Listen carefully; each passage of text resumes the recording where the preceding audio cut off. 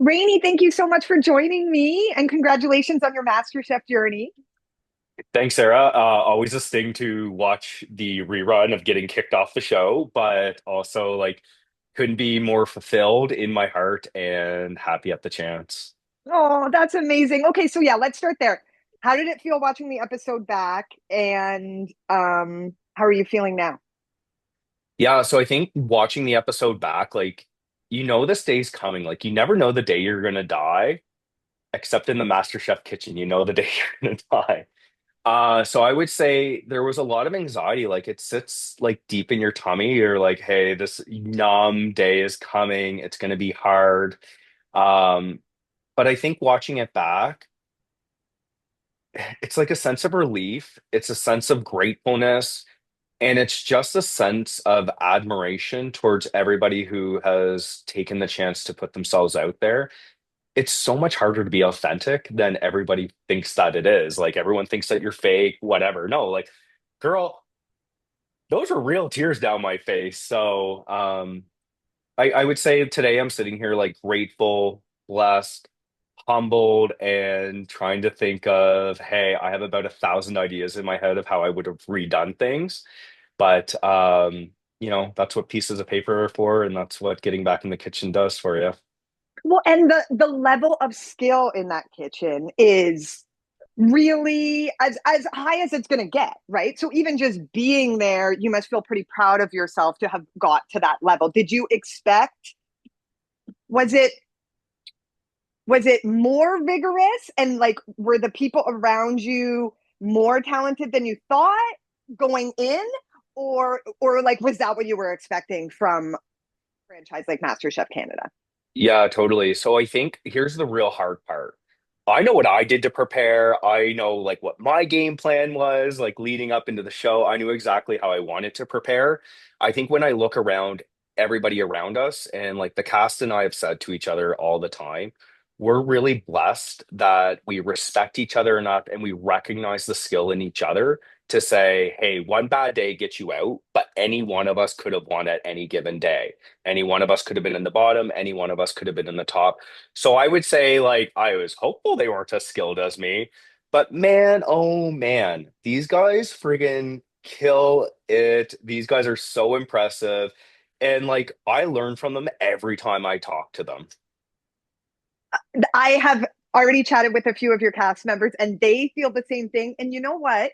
Now that I've kind of picked that up and I'm watching the show, you can see that there is like this real camaraderie and like sense of community with you and your fellow chefs. And as a show that's kind of looking at different genres of reality television, that I think can cross over. Like it's not just these competition shows. It's it's kind of just this unique experience that brings you all together through this shared passion, right? And you're kind of able to build community in a way that seems almost impossible kind of in regular day life. Would you agree with that? Yeah, like I think you hit the nail on the head. Like as I reflect on the experience and as people have been asking me about what it's been like, it's funny because I remember watching MasterChef when it first came out and being like, I could do this, sitting on the couch being like, oh, this is what I would whip up and this is what I would do. It's really incredible when you're in such a foreign environment. You have no idea what to expect. You're intentionally left in the dark all the time about things. And all you have as your emotional support system is these like 14 other strangers. And we're all there for the same goal. We all want to win. We're all there with the same passion. To your point, we all love cooking, but we're all there experiencing a shared collective dream together.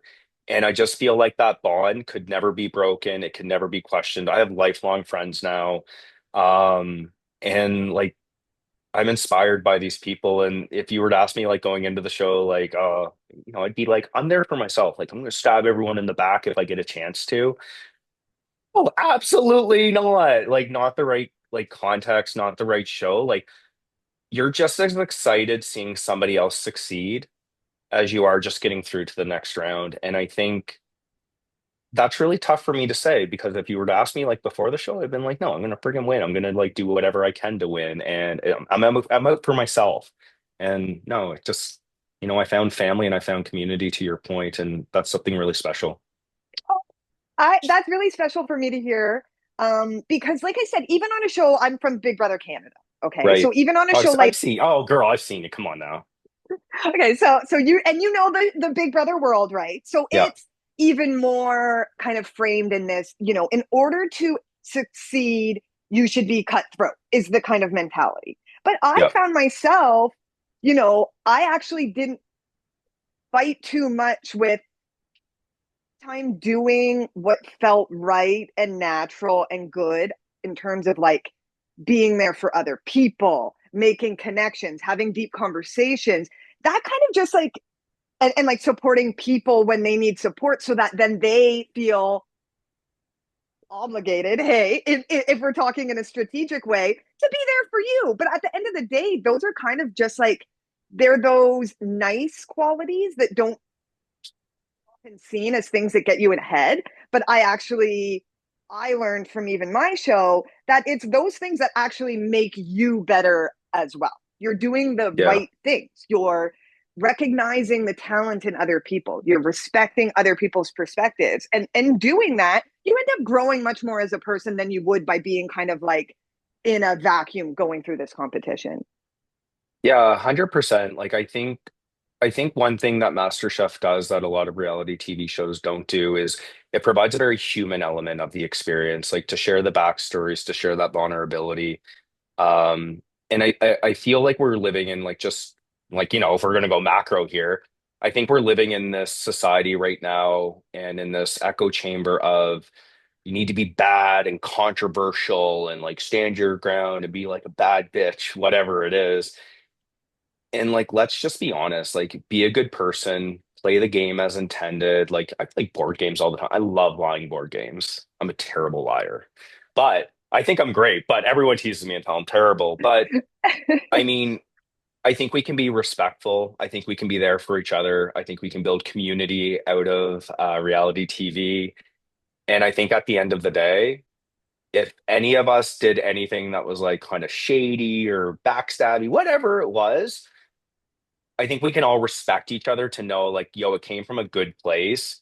And it's just because I'm scared of you or I'm nervous or whatever it is. We would all take that chance in a heartbeat. But the moment it's over, we're going to give each other a hug and be like, really loved meeting you, interacting with you, learning from you, whatever that is. And, that human element's just so important to you. Like at the end of the day, you're away from your family, you're away from your support systems, you're away from your community. And I can just remember walking out of the kitchen and just getting a hug, and that meant the world to me at the time. And yeah, you mentioned these like narratives that come out, the stories that come out, and I Totally. loved your story about coming from the East Coast, where your the culinary experiences might be more limited, and then you come to a city like Toronto, and kind of like your world expands in that way. Can you talk about that a little bit? I thought it was such a beautiful Yeah. story to tell on reality TV. Yeah, totally. So growing up, like I lived with my grandmother, my parents, my sister, and like I can remember my grandmother just like dumping like cans of corn in like a little tin with like crackers on it and just like baking them. Like, holy smokes, that's boring. Or even like cooking the shit out of hot dogs to the point where they would like split.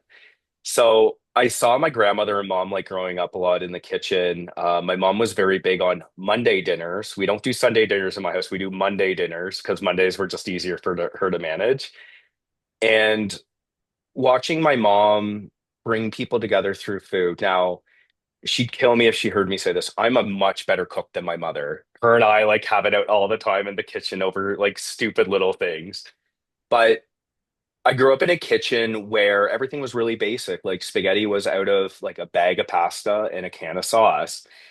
And I can remember like New Brunswick is really limited in flight options. It's very expensive to fly there, travel. My parents aren't big travelers, but I've always known that my heart was destined for something bigger outside of growing out of New Brunswick. Like I just wanted to experience the world, like firsthand the world. So I started to explore a lot of different culinary aspects by being like, oh shoot, like what do they actually do in Italy? Like they can't make sauce out of a can. Like they don't do that. So how do you actually do that? My curiosity really drove me to try different things, to experience the world in different ways. I had the chance to move to Toronto with my fiance, and I can just remember being like, oh shoot, like this is what real Cantonese food is supposed to taste like. It's not a breaded chicken ball with red sauce. It's like this weird thing that I can't pronounce and I don't know what it is, but holy smokes, that's really friggin' good. So just I think using that as like kind of your tester, and now like I have a cookbook full of like my go-to like different things that I will never make for my family when they come visit me here in a few weeks for our wedding. But I think just even now looking at maritime food and just being really inspired by its simplicity, how to change it, and just how to give it a modern edge. So hopefully someday there's some kid in New Brunswick that wants to experience the world and it's just like, yo, meat and potatoes aren't my jam. And I can be like, well, here's about six different ways of having real good meat and potatoes. You know, they are out there already, and I know that you connected with them through MasterChef because you connected. I'm not a kid, but you connected with me through MasterChef, Kid at and heart, right? yes, exactly. Yeah, And yeah. like you're saying, a kind of explorer at heart and an artist at heart. So it was so nice to see your passion on screen, and I really, really related to you. And so I'd love to keep up with your work. And for anybody else who wants to follow your journey, where can we find you online? And do you have any plans for the future? Yeah, so Other I would than getting say married, by the way, congratulations. oh, girl, I have no idea who told me it was like, I have no idea who convinced me. Actually, it was like my really good friend Tyson to convince me to apply for MasterChef. So have a little bit of hate in my heart for Tyson right now, but whoever convinced me to get on MasterChef Canada, get married, go on a 2 week honeymoon, and I have a job change coming up like next week.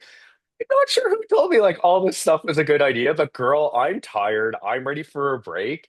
What's next? So right now I'm working on reimagining if I were to be able to follow my dream, open a gastropub with beer, what would an actual like classy pub menu look like where it's casual? I want you to show up like jeans, t-shirt, have fun, like get messy. But like also you're going there for the food, not like the beer or the experience. Like obviously that matters, but like really good friggin' food that you're gonna be like, holy smokes, that was like the best seared scallop I've ever had in my life, or that was the best mussels I've ever had in my life. So more to come on that. Where you can follow me. So Kitchen Adventures is Bad Decisions Kitchen on YouTube and Instagram. That's where I post a lot of things. Always willing to share a recipe, but more series to come on that. It's how you take like sexy and integrate it a little bit with some bad decisions. So big on the alcohol usage.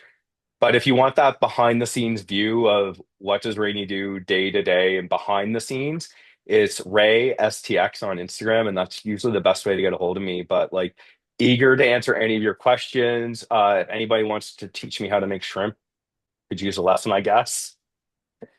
So No, you know, it slide was into the the walk. DMs. The A walk. hundred percent, it was the walk. 100%. That walk looks shady. I could just tell.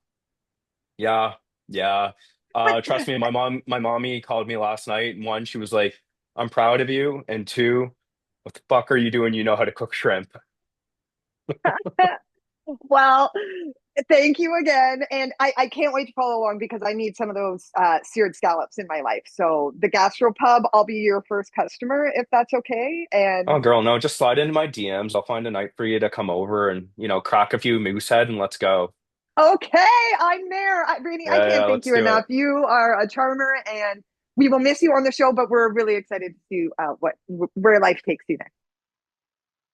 I was not recording. Oh, yes, I was. Yes,